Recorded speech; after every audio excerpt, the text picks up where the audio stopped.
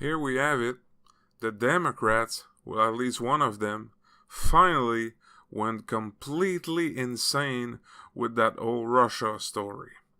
Paul Begala, who's a former Clinton advisor in the 90s and a Democratic strategist and now a TV columnist on CNN and a few other stations, went on Anderson Cooper's show and literally called for the US to start World War III live on national television.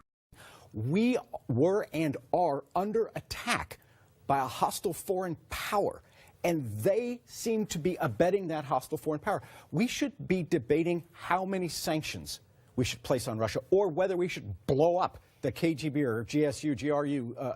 We should be retaliating massively. Now, the first thing he says is that we are under attack. Under attack by who? There's no Russian tank in Virginia. There's no Russian plane bombing Kansas. There's no Russian troops in Seattle. We're not under attack. Now, the whole Russia hacked the election story, I'm gonna have another video about this later on. But let's say that Russia did hack the election. Who fucking cares? You don't start World War III over a few hacked computer. Are you insane? Are you out of your mind? Now, another thing. He's talking about sanctions. What does sanctions do? They only hurt regular people. You really think that Igor and Nikolai living in Russia has anything to do with this? That's not their fault. You think that Putin is gonna skip any meal over a sanction? He's still living in his mansion. He's still making a ton of money. So sanctions are a terrible idea. And then, to the heart of the story, he literally said that we need to blow up the KGB. Now, of course, it's not called the KGB anymore, but he meant the Russian secret services.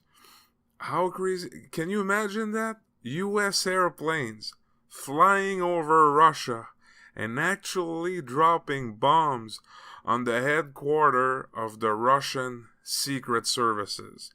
That would be the equivalent of China or some other country actually dropping bombs on the Pentagon. That's insane. That's totally insane. And that's just not any guy saying this. This guy was the chief strategist for Bill Clinton in the 90s. That's totally insane. Now, the US is bombing all over the world for decades now.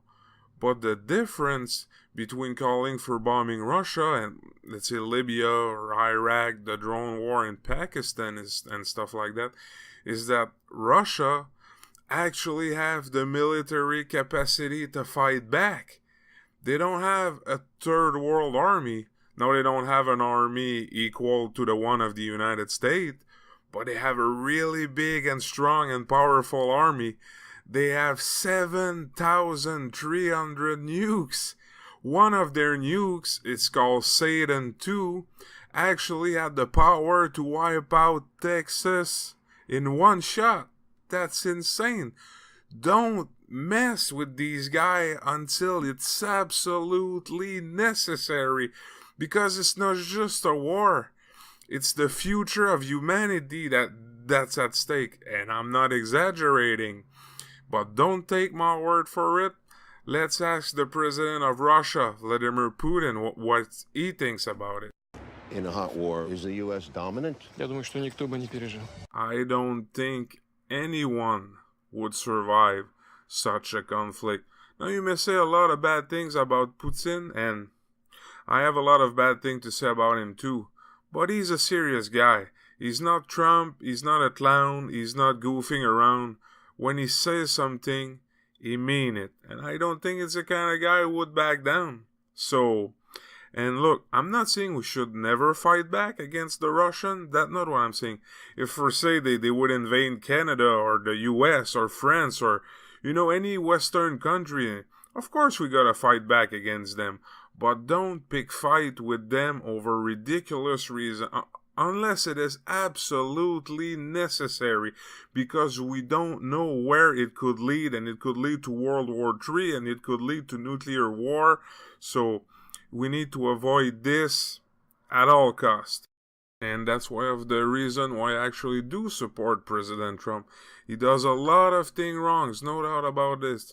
But he does want peace with the Russians. So that's it, guys. We need to fight these crazy call for wars, because we know where it starts, but we have absolutely no idea where it can end.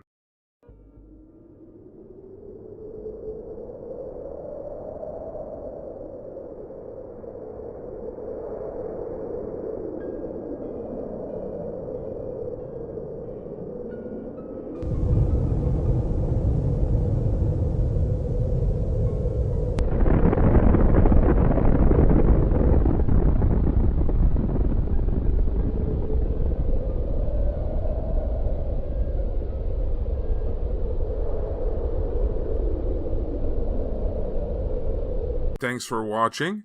If you liked this video, please subscribe, like, and share. Start a conversation about today's subject in the comment section. Please keep it polite.